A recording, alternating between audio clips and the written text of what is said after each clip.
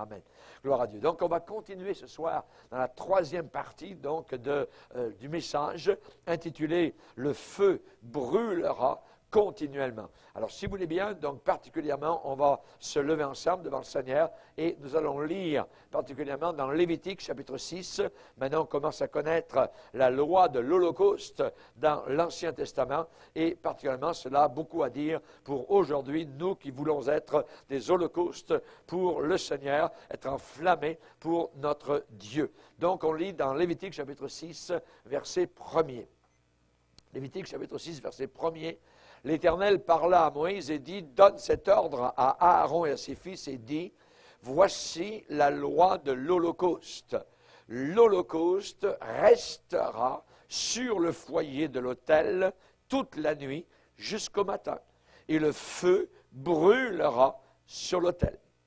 Le sacrificateur revêtira sa tunique de lin, mettra des caleçons sur sa chair, il enlèvera la cendre faite par le feu qui aura consumé l'Holocauste sur l'autel. Il la déposera, donc il déposera la cendre près de l'autel. Puis il quittera ses vêtements et en mettra d'autres pour porter la cendre hors du camp, dans un lieu pur. Le feu brûlera sur l'autel, il ne s'éteindra point. Chaque matin, le sacrificateur y allumera du bois, arrangera l'Holocauste et brûlera la graisse des sacrifices d'action de grâce. Et le dernier verset, le feu brûlera continuellement sur l'autel et il ne s'éteindra point. Amen. Seigneur, nous te bénissons, nous te glorifions pour ce grand privilège que nous avons d'être au bénéfice de cette parole. Ta parole elle-même est un feu qui brûle, un marteau pesant qui brise le roc et le cœur le plus dur. Nous te demandons particulièrement de bénir cette parole, ces instants, que nous puissions comprendre, Seigneur, que nous puissions être ces éléments embrasés pour toi. Tu as fait de tes servantes et de tes serviteurs des flammes de feu. Toi-même, tu étais enflammé et tu as déclaré que le zèle de ta maison te dévorait. Veuille bénir abondamment ceux qui écoutent aux quatre coins de la terre ce message et que cette parole ne retourne pas à toi sans avoir accompli l'effet escompté. Au nom puissant de notre seul et unique Sauveur sur les 5 continents du monde, Jésus-Christ, Roi des rois et Seigneur des seigneurs. Amen. Amen. Et tout le peuple dit Amen. Que Dieu soit béni. On peut s'asseoir, frères et sœurs. Nous allons passer donc à une autre étape de ce message qui est un grand message concernant le feu qui doit brûler continuellement. Et particulièrement, nous avons vu la première chose qui est le feu. Le feu. Et la Bible dit le feu brûlera. Le feu, c'est quoi? Le feu, c'est la présence puissante du Dieu El Shaddai, du Dieu Tout-Puissant. Le feu, la présence de Dieu. Et cette présence de Dieu, donc, doit brûler continuellement. Continuellement. On a vu, c'est le deuxième point. Ça doit brûler constamment. Année après année, nous ne devons jamais perdre le feu que Dieu nous a donné. Nous devons le conserver jusqu'à notre lit de mort, s'il le faut. S'il le feu. Alléluia, je suis dans le feu. Amen. Que Dieu soit béni. Donc, continuellement, c'était le deuxième point. Le feu doit brûler, donc, continuellement. Amen. Et le troisième point que nous avions vu, c'est le feu doit brûler continuellement sur l'autel. L'autel, donc, c'est le lieu de rencontre avec le Seigneur et cela représente donc notre cœur, notre esprit, donc notre être intérieur. C'est là que nous rencontrons donc le Seigneur. Puisque l'homme regarde à l'extérieur, mais Dieu regarde au cœur. Il regarde ce qui est sur l'autel. Il regarde si ça brûle sur l'autel de notre cœur. Maintenant, nous passons à un autre élément aujourd'hui, particulièrement par rapport au sacrificateur. Le sacrificateur devait faire quelque chose de particulier. Regardez, il est dit au verset 3, « Le sacrificateur revêtira sa tunique de lin et mettra des caleçons sur sa chair. Il enlèvera la cendre. » la cendre. Il enlèvera la cendre faite par le feu. Et au verset 4, il est dit que pour porter la cendre hors du camp dans un lieu pur. Donc, le sacrificateur devait, une fois que l'Holocauste avait été accompli, ça crée comme un feu, si vous voulez, ça crée de la cendre. Cette cendre devait être enlevée. Elle devait être portée, donc ailleurs, dans un autre lieu. Il devait la porter hors du camp. Voyez, on ne peut pas se nourrir de cendres du souvenir. On ne peut pas vivre sur le feu d'hier. Je dois vivre sur le feu d'aujourd'hui.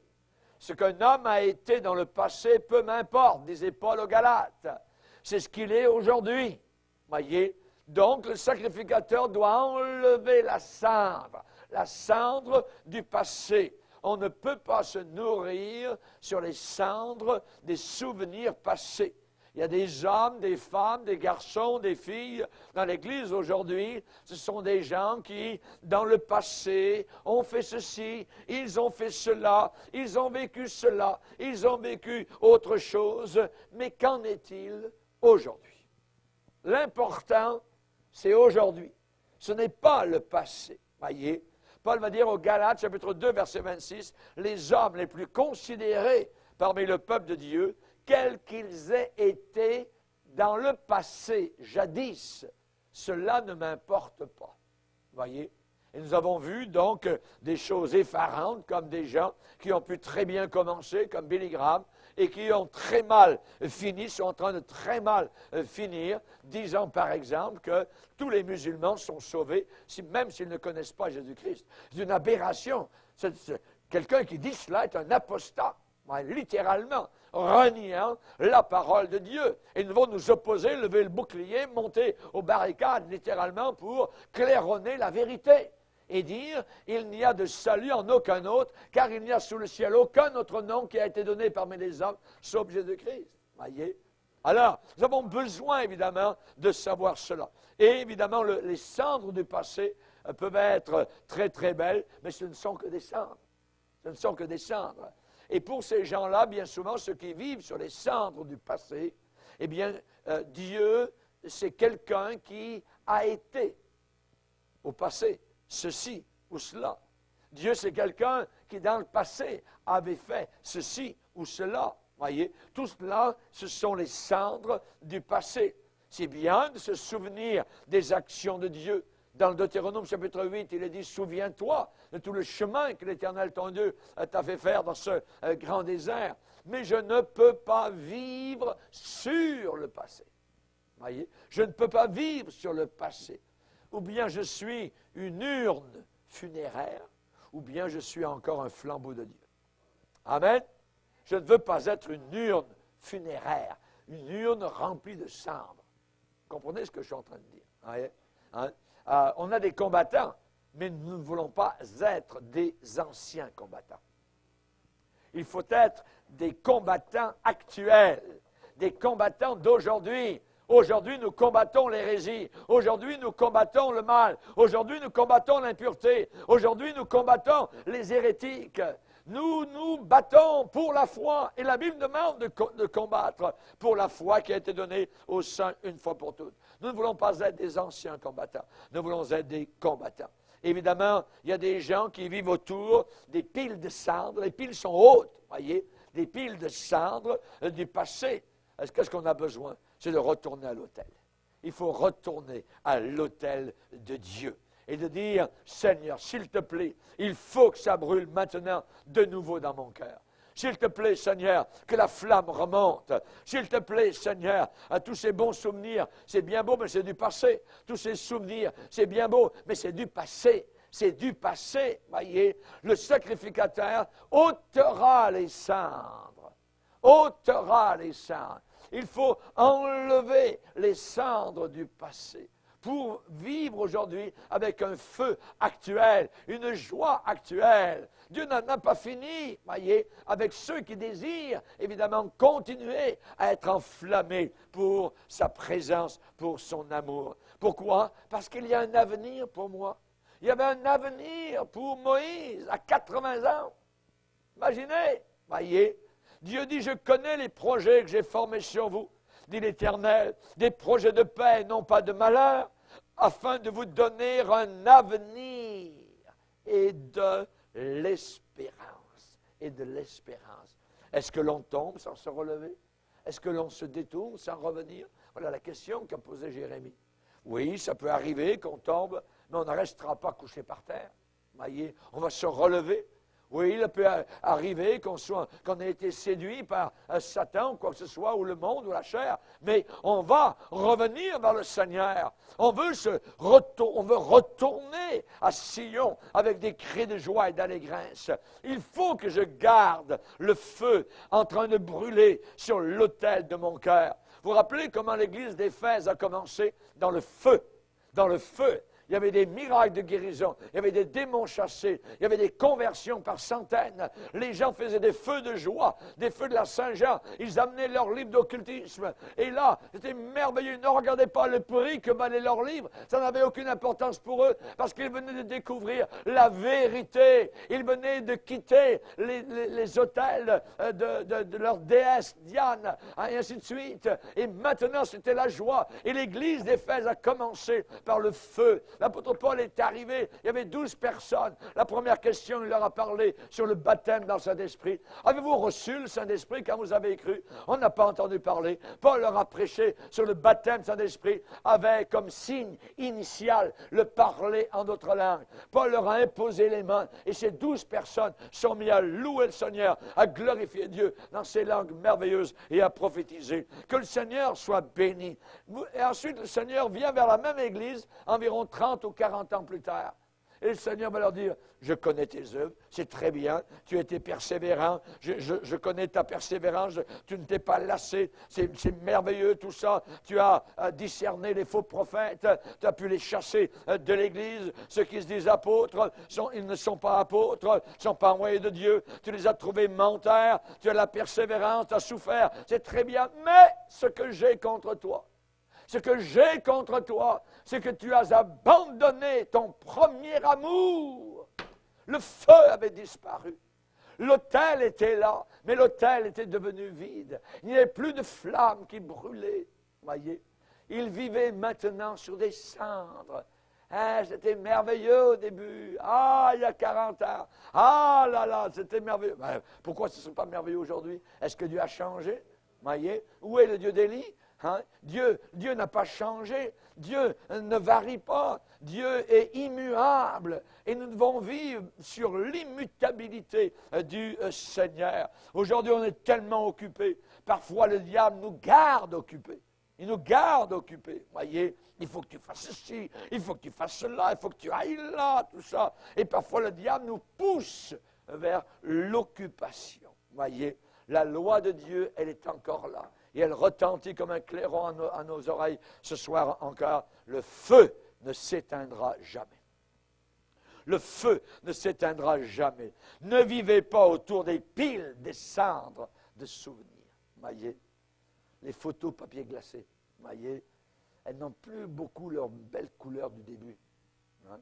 Il y a des gens qui vivent comme cela sur du papier glacé, photo, ainsi de suite. Hier est parti. Hier est enterré. Hier ne reviendra pas. Hier est effacé. Hier est fini. Voyez, c'est dans la tombe. Et hier ne sera jamais ressuscité. Jamais. Paul a dit, oubliant ce qui est en arrière. Je me précipite vers ce qui est en avant. En avant. Mort. Une, deux. Amen. Nous devons marcher. Amen. Comme cela sur la bannière ensanglantée du calvaire. L'armée de Christ, elle doit être comme cela. Le feu ne doit jamais s'éteindre. Ce que vous avez fait hier, mais vous ne pouvez rien y changer. Vous ne pouvez absolument rien y changer. Vous ne pouvez rien y faire. Qu'avez-vous besoin? Vous avez besoin du feu, le feu brûlant dans votre âme, un amour pour Jésus-Christ. Alléluia! Et ça va brûler, ce feu d'amour pour Jésus va brûler la haine, va brûler la jalousie, va brûler l'impureté, va brûler les conflits, va brûler les querelles, va brûler l'amertume, va brûler le péché, va brûler l'erreur, va brûler les poubelles théologiques, va brûler les hérésies d'aujourd'hui. Le feu de Dieu, la présence du Seigneur, l'amour authentique de Jésus. Alléluia. Oh mon ami, es-tu esclave de Jésus-Christ? Es-tu esclave de Dieu maintenant? Ah, chers amis, Dieu va brûler dans votre cœur. Dieu va répandre son amour dans votre cœur. Vous aimerez comme il aime. C'est merveilleux, c'est merveilleux. Alléluia. Gloire au Seigneur. Mon fils, donne-moi ton cœur. Ma fille, donne-moi ton cœur. Que tes yeux se plaisent à mes voies, va dire le Seigneur dans le livre des Proverbes. Dans Deutéronome 13, verset 4, il est dit, vous le craindrez, vous observerez ses commandements, vous obéirez à sa voix, et vous le servirez, et vous vous attacherez à lui. Quand on parle d'attache, on parle de cordage, on s'attache, on parle de nœud, on parle de clic-clac, on parle de chaîne. Vous attacherez à lui, être attaché à Jésus. Amen. Vous vous rappelez l'histoire de cet homme de David, un homme vaillant qui a combattu les Philistins, et après la bataille, il avait des corps morts partout autour de lui, et il a voulu jeter son épée. Et l'épée restait attachée à ses doigts. Durant la bataille avait été si forte que maintenant il n'était même plus capable d'enlever l'épée de sa main. Ses doigts étaient crispés. Les nerfs étaient comme tout autour, pas d'une guitare, mais d'une épée. Amen. Alléluia. Il a voulu jeter l'épée. L'épée s'en allait pas. Ses doigts tenaient encore l'épée. Que Dieu soit béni. Est-ce que votre épée est attachée comme cela à votre cœur? Nous avons des combats, nous avons des luttes, nous avons des Philistins tout autour de nous. Amen. Nous combattons. N'essayez jamais de jeter, voyez, ou de rejeter votre épée. Il se peut que votre main la retienne. Il se peut que votre cœur l'aime tellement qu'elle ne s'en va pas. Amen. Alors, restez attachés à la parole du Seigneur. Vous donnerez comme lui donne quand le feu est là. Vous pardonnerez comme il pardonne quand le feu est là. Les gens vont vers les psychologues. Qu'est-ce que je dois faire pour un problème, tout ça, famille, ça? Mais la réponse est simple. Sois rempli du feu de Dieu. Et tu vas commencer à donner comme lui donne. Tu vas commencer à pardonner comme lui pardonne. Les problèmes seront réglés. Christ est vivant. Il est vivant. Alléluia. Voulez-vous l'aimer de nouveau? Voulez-vous vous abandonner dans ce premier amour que vous avez déjà eu dans le passé? M'aimes-tu, Pierre, plus que ne m'aiment ceux-ci? Plus. Il marche avec moi, mon sauveur, mon roi. Vous connaissez ce petit cœur? Il me dit que je suis à lui. J'aimerais faire une réflexion sur ce petit chant. Il marche avec moi, mon sauveur, mon roi. Il me dit que je suis à lui. J'aimerais vous dire que Dieu ne marche avec aucun de nous. Dieu ne marche avec aucun de nous. Il nous permet de marcher avec lui. C'est différent. Il nous permet de marcher avec lui.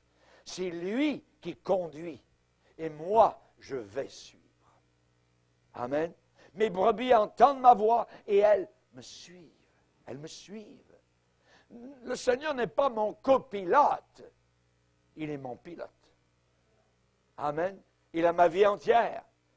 Il est le maître et je suis l'esclave. C'est lui qui ouvre le chemin devant nous, comme il a ouvert la mer Rouge. Nous trouvons dans nos cœurs des chemins tout tracés, tout préparés, tout tracés. Quelqu'un est en feu pour Dieu.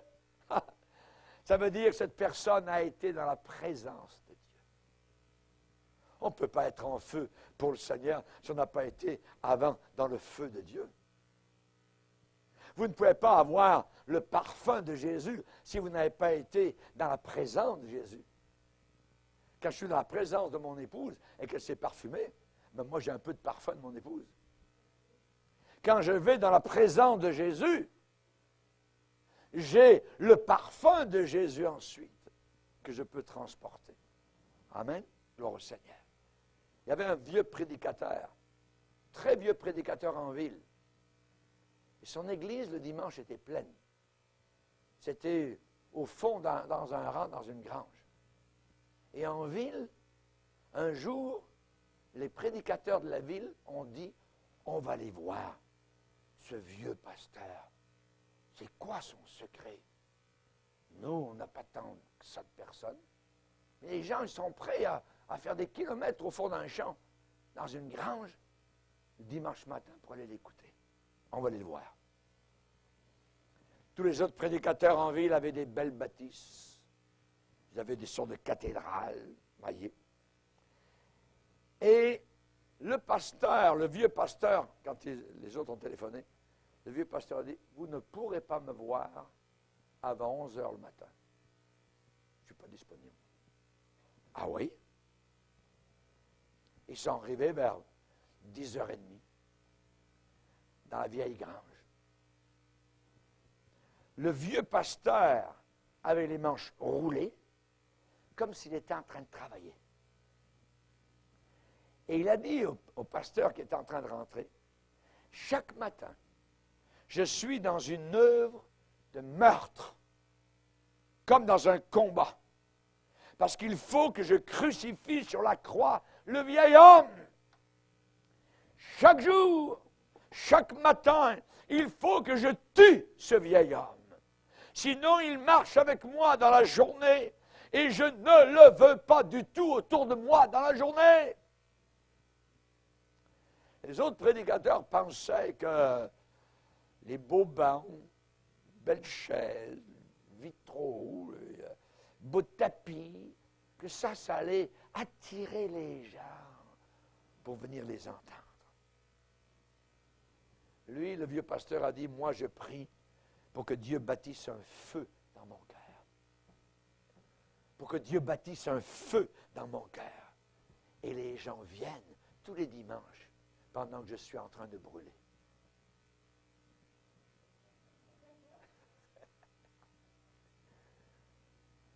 Question. Est-il possible d'être chrétien et que le feu soit parti, que le feu ait disparu de votre cœur? J'aimerais vous dire qu'il est fort possible d'être le vase de Dieu et que Dieu n'est pas présent.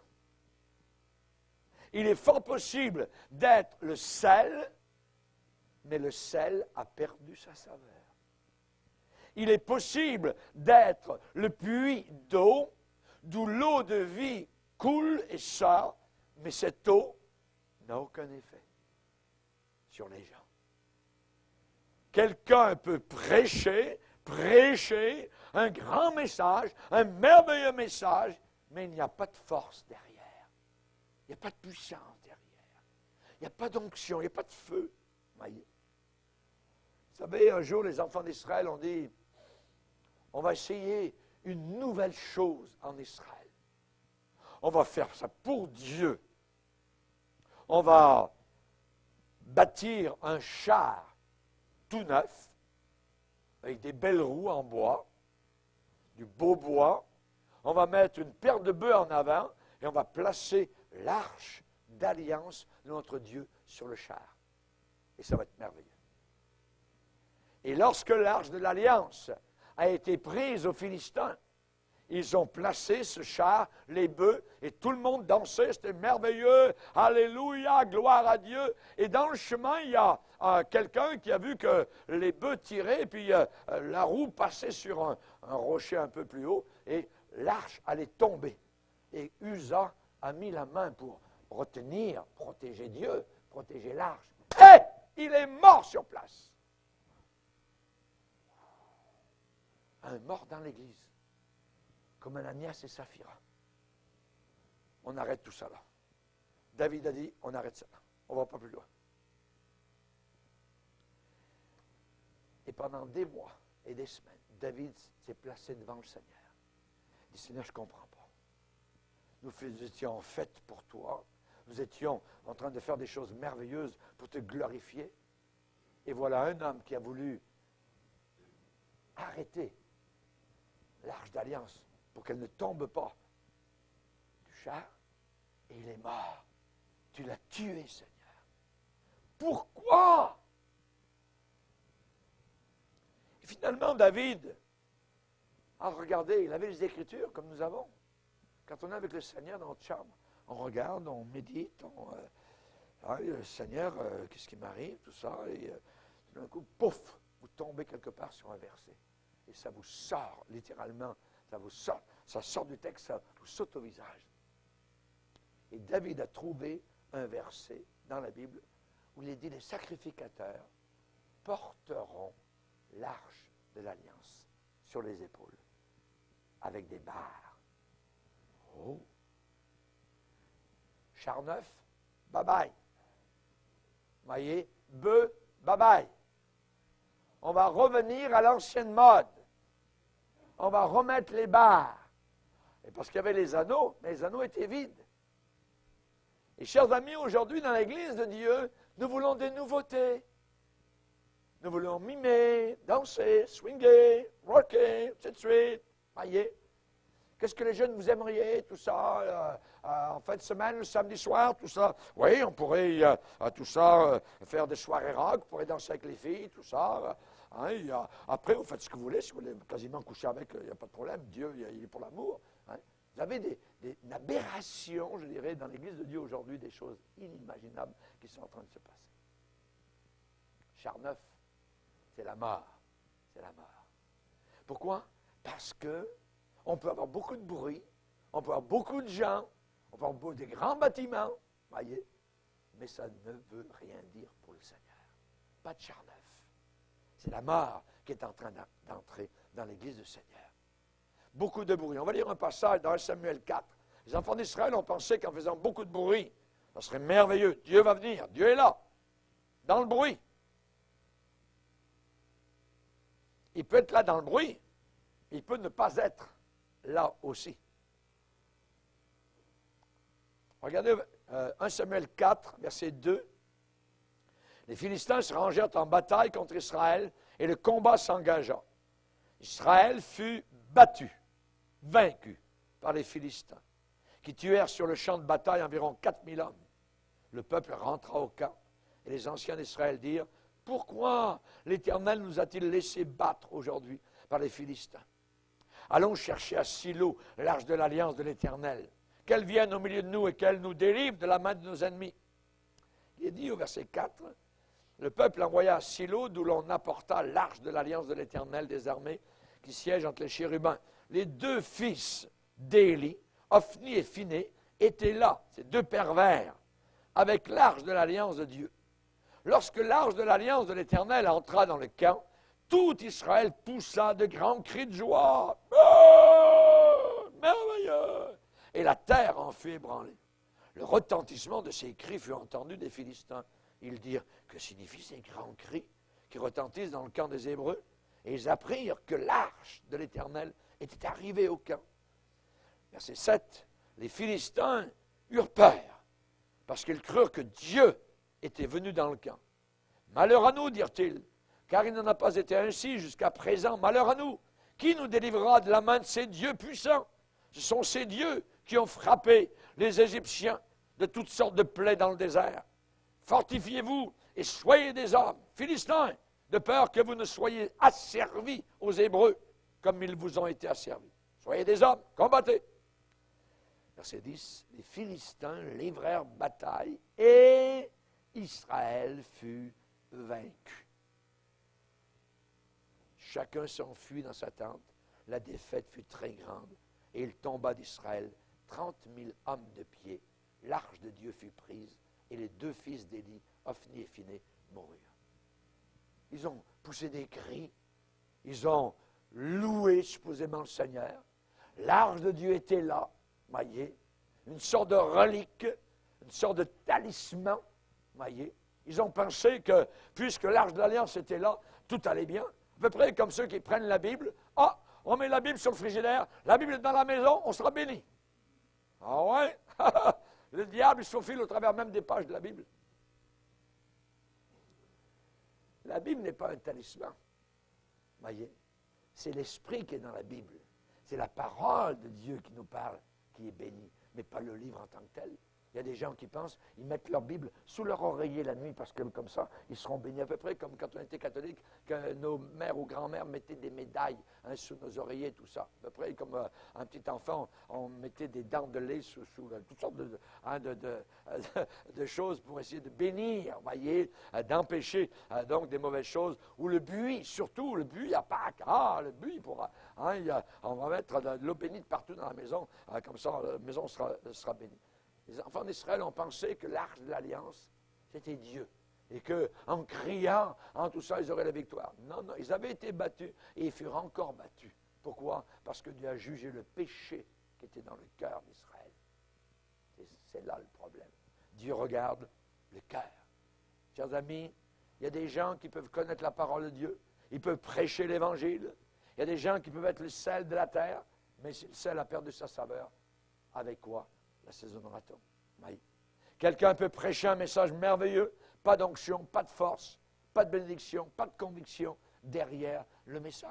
Voyez? C'est comme verser de l'eau sur le dos d'un canard. Et pourtant, Dieu a dit, ma parole n'est-elle pas comme un feu, dit l'Éternel. Ma parole n'est-elle pas comme un marteau qui brise le roc en morceaux, dit l'Éternel. Ah, chers amis, il faut que cette parole continue à briser. Amen.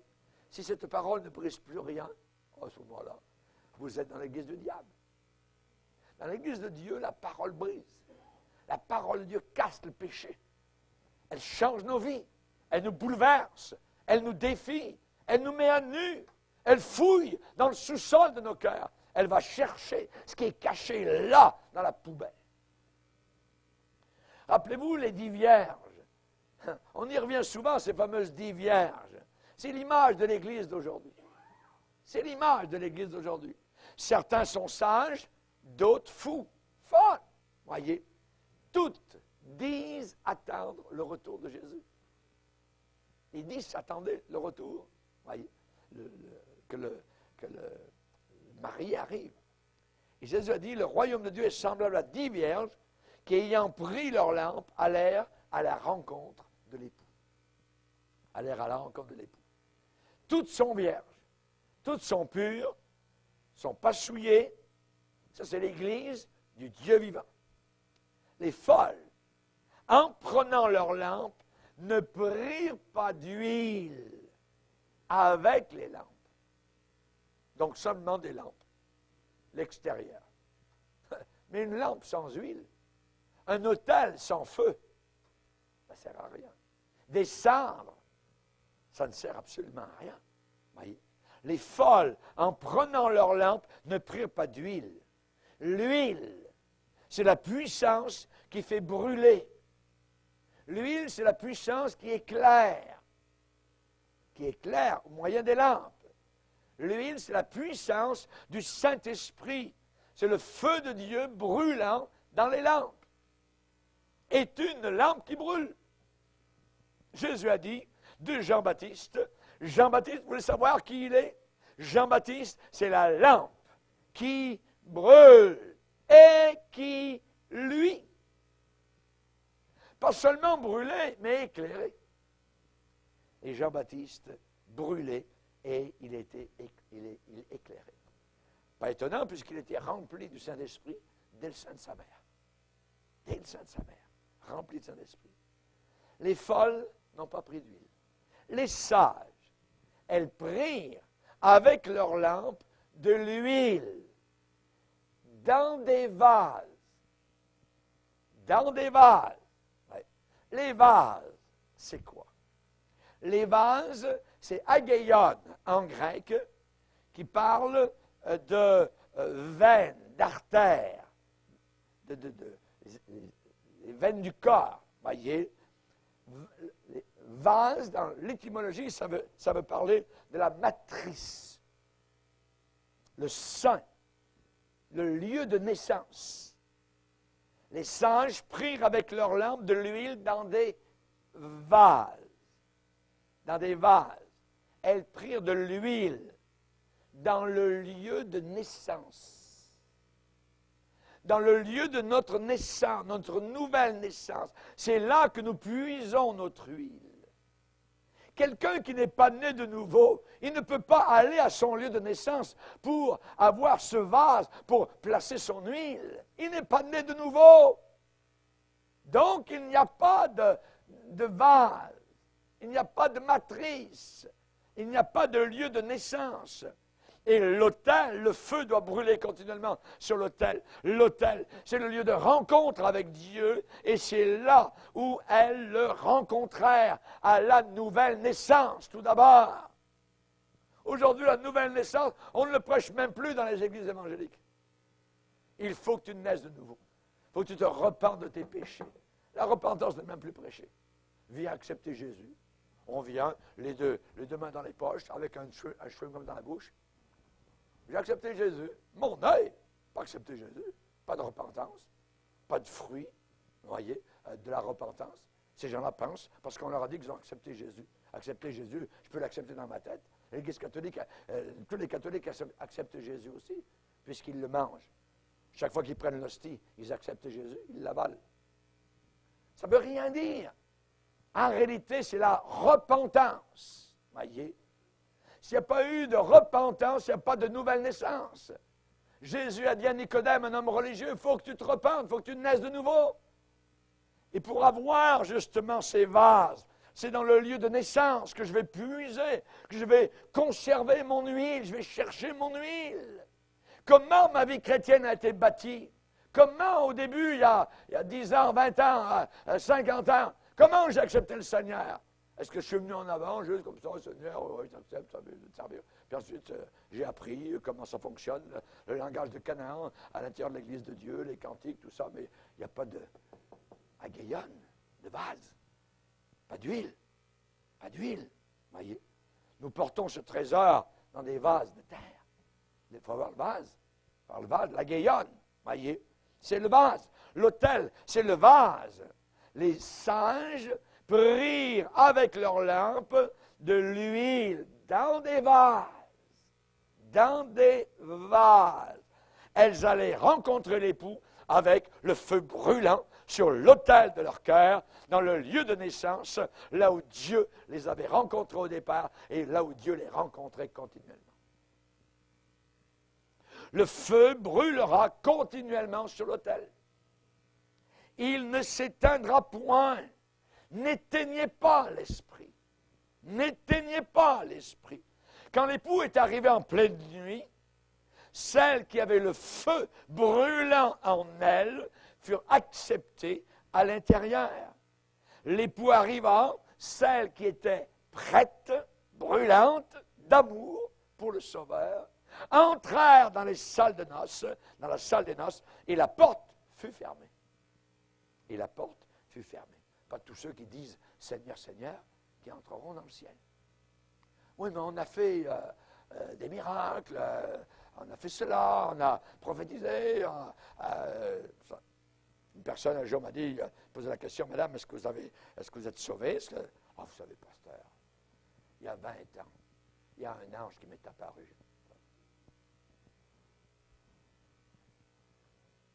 Je lui pose la question, êtes-vous sauvé? Un ange, elle dit qu'un ange est apparu.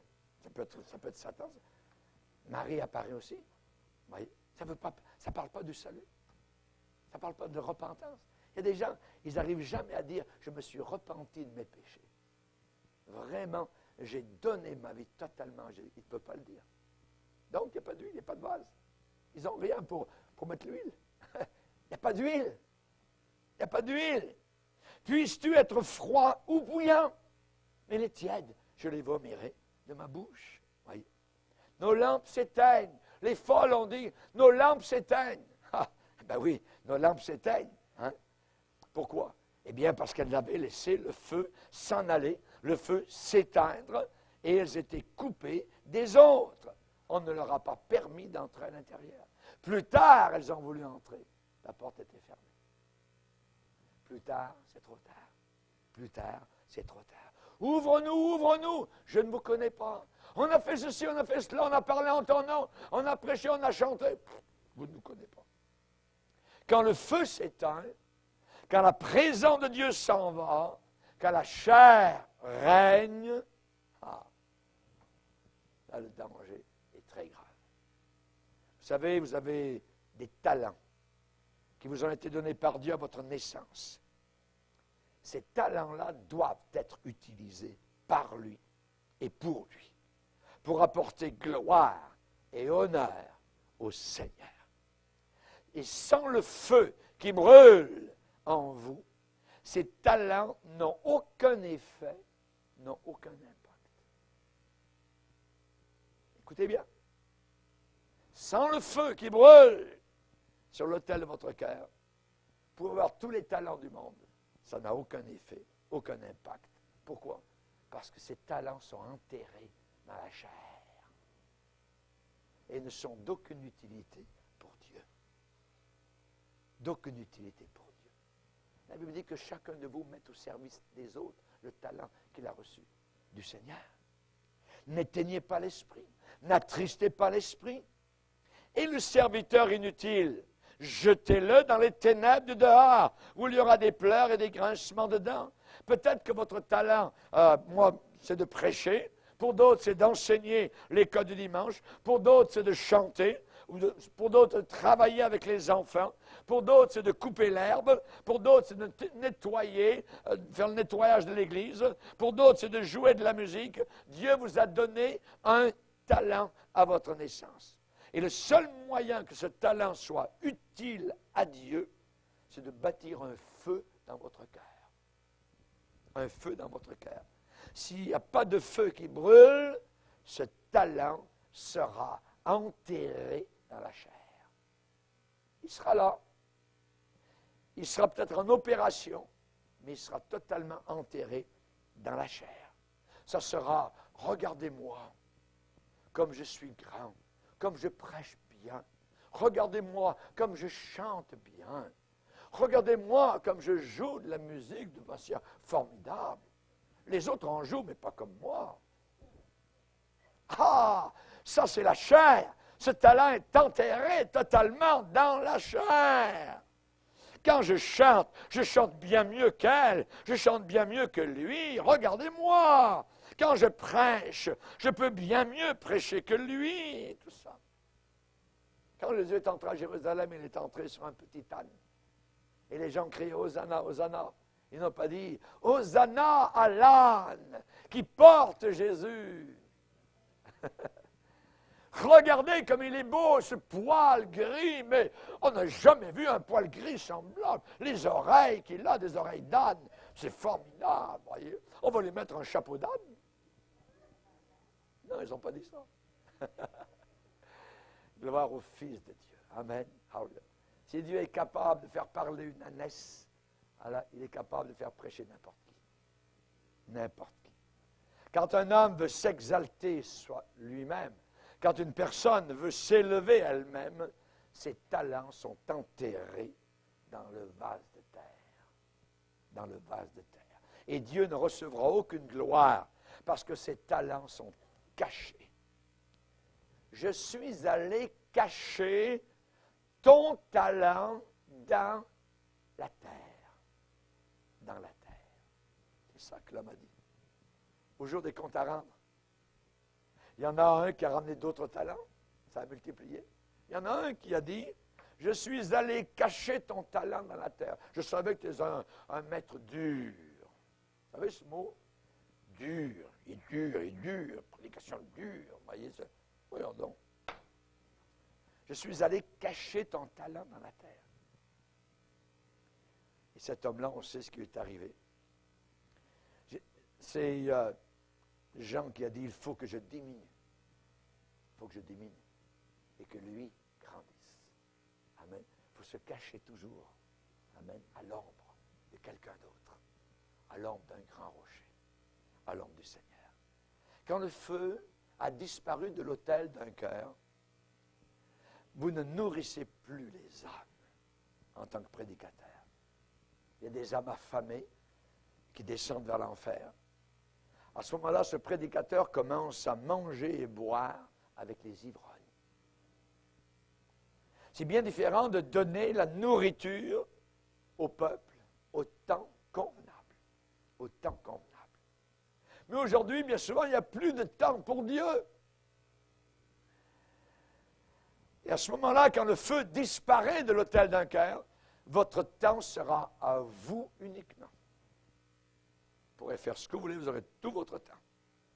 Le feu aura disparu, la chair régnera. Vous ne prendrez pas le temps pour fortifier les mains languissantes, pour affermir les genoux qui chancellent, pour aider ceux qui ont le cœur troublé. Vous n'irez plus vers ceux qui sont tombés pour aider à les relever. Non, non, non, non. Voyez, la personne va dire, « Ah, mais je suis encore chrétien. » Ah oui, on sait. Hein? Mais je ne fais rien pour le royaume de Dieu. Je suis encore chrétien, mais mes talents sont enterrés dans la terre.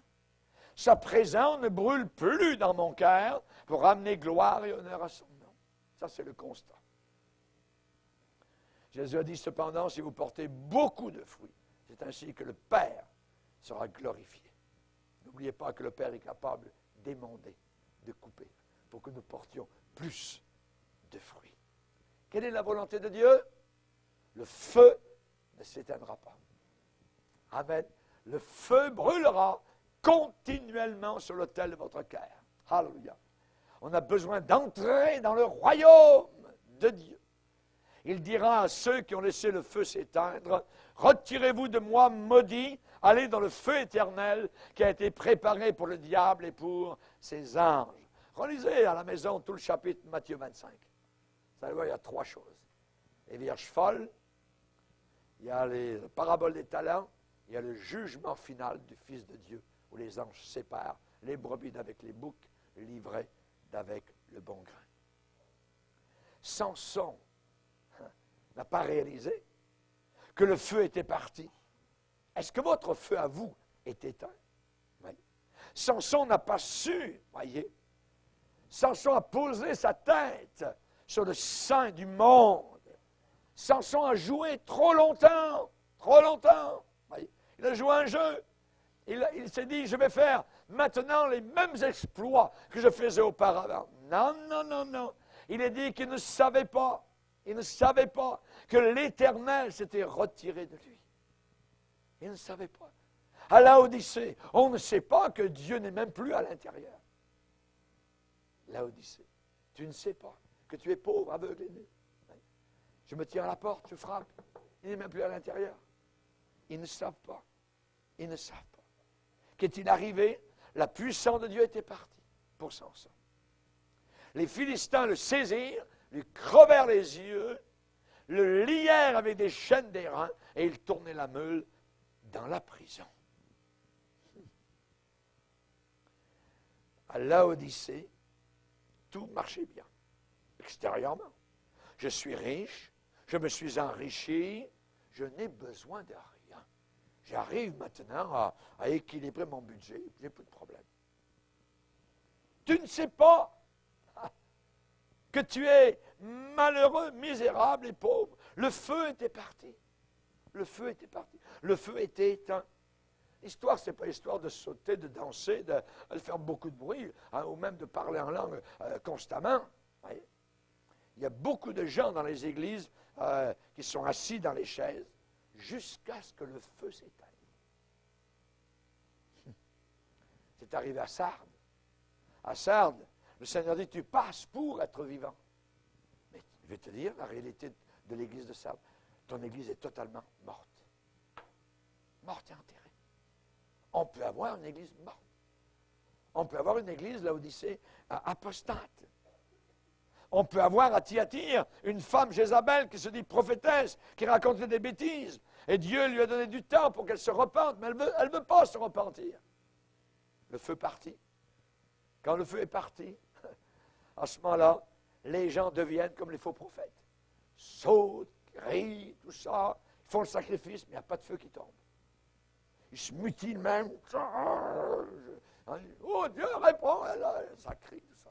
Élie est arrivé tranquillement. le feu brûlait sur son cœur et le feu a brûlé sur son sacrifice. Rapidement. Amen. Alléluia. Ah, que le feu ne parte jamais. Que le feu ne s'en aille jamais. Comment savoir si mon feu est parti? Une grande question. Une grande question. N'oubliez pas que le Seigneur vient chercher une église glorieuse. Ça veut dire remplie de gloire, éclairée, voyez, glorieuse, irréprochable et sans aucune ride, aucun signe de vieillesse. Amen. Toujours jeune, dans l'église du Seigneur, rempli de la joie de Dieu et de l'attente du Maître qui s'en vient. Quelle est votre attitude vis-à-vis de votre frère? Quelle est votre attitude vis-à-vis des rassemblements chrétiens? Quelle est votre attitude vis-à-vis de la parole de Dieu, de la prière, de l'éloignement d'avec le monde? Quelle est votre attitude par rapport à la sanctification? Marchez-vous comme Christ a marché? Le ministère de Jésus, c'était quoi? Aimer, donner, pardonner, se sacrifier. Se sacrifier. Voyez. Quand on marche dans ces choses, le feu brûle.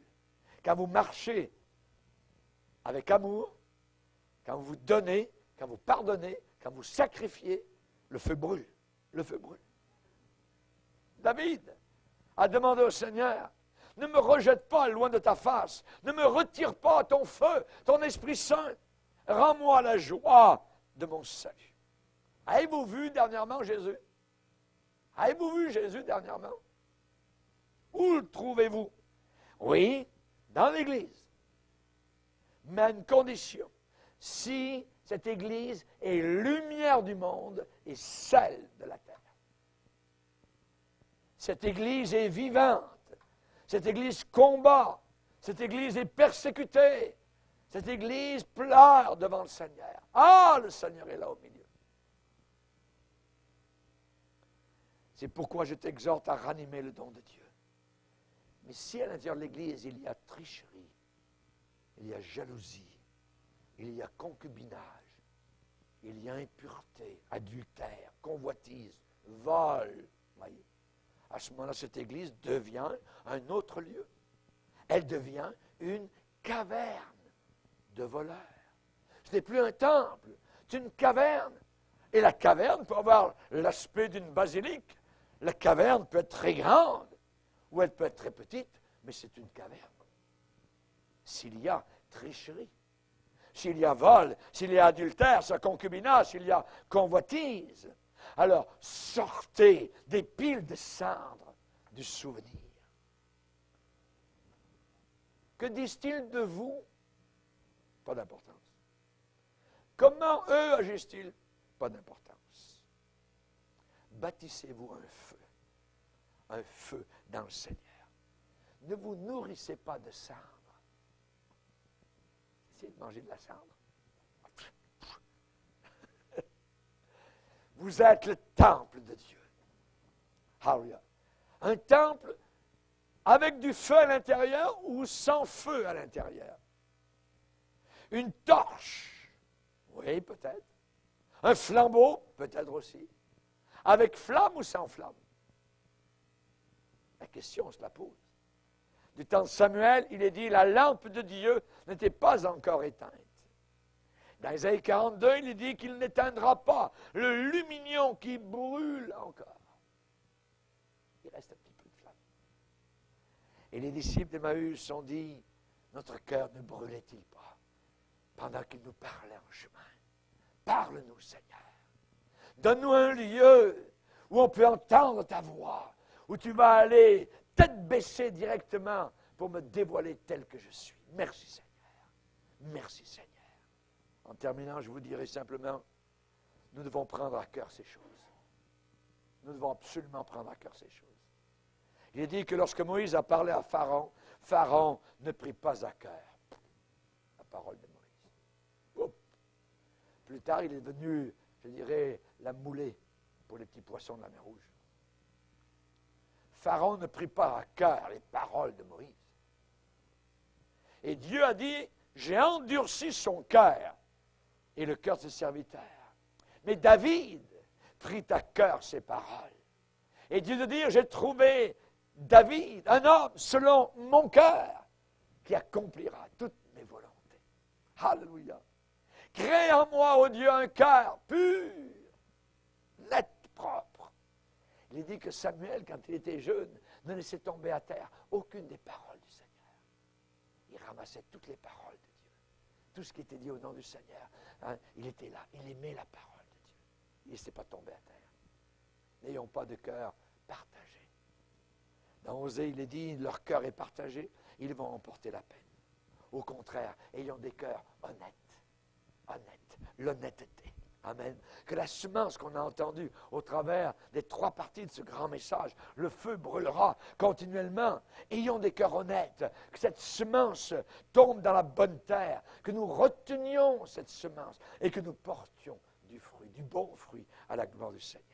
Ton cœur est-il brisé, comme celui de l'apôtre Pierre, après le reniement? Jésus est venu le rencontrer. M'aimes-tu? 3 fois. Le Seigneur le dit, m'aimes-tu? M'aimes-tu? Oui, Seigneur. S'est-il un jour pardonné lui-même, l'apôtre Pierre? Il n'a jamais voulu. L'histoire nous raconte qu'il n'a pas voulu être crucifié comme Jésus, à cause de son reniement. Et on nous dit qu'il a demandé à ses bourreaux de le mettre la tête en bas pour ne pas mourir comme Jésus. Il était indigne de mourir comme Jésus. M'aimes-tu? Il l'a aimé. Il a aimé le Seigneur. Anne, la maman du petit Samuel, avait le cœur brisé parce que Pénina mortifiait son cœur. Cette femme stérile est devenue fertile. Elle a porté un des plus grands hommes de Dieu que la terre ait jamais connu. Il est dit qu'elle a prié le Seigneur, elle a mangé, son visage ne fut plus le même. La flamme, de nouveau, a brûlé dans son cœur. Le feu brûlera continuellement. Seigneur, te bénissons et te glorifions. Merci pour ta bonne parole. Aide-nous, Seigneur, pardonne-nous toutes les fois où le feu s'est abaissé. Nous voulons, Seigneur, alimenter. Nous voulons alimenter ce feu par la consécration, par l'amour, par le pardon, par le sacrifice, par tout ce que nous pouvons te donner, nos vies, nos corps. Nous voulons te servir avec joie et jusqu'à la fin. Le temps passe si rapidement, la vie est si rapide et déjà nous goûtons aux puissances du siècle à venir. Merci Seigneur, alléluia, nous avons joie Seigneur de t'attendre Seigneur. Nous sommes à ta porte, nous sommes là ces vierges sages qui non seulement ont une lampe, mais ont l'huile dans leur lampe, mais une huile qui brûle, une huile qui éclaire. Nous t'attendons Seigneur, à n'importe quel moment tu vas revenir en un instant, en un clin d'œil et nous voulons veiller et nous voulons prier afin que le péché ne puisse pas être trouvé dans nos cœurs. Oh, merci Seigneur, dans le nom de ton Fils Jésus. Amen. Et tout le peuple dit Amen. On va se lever ensemble.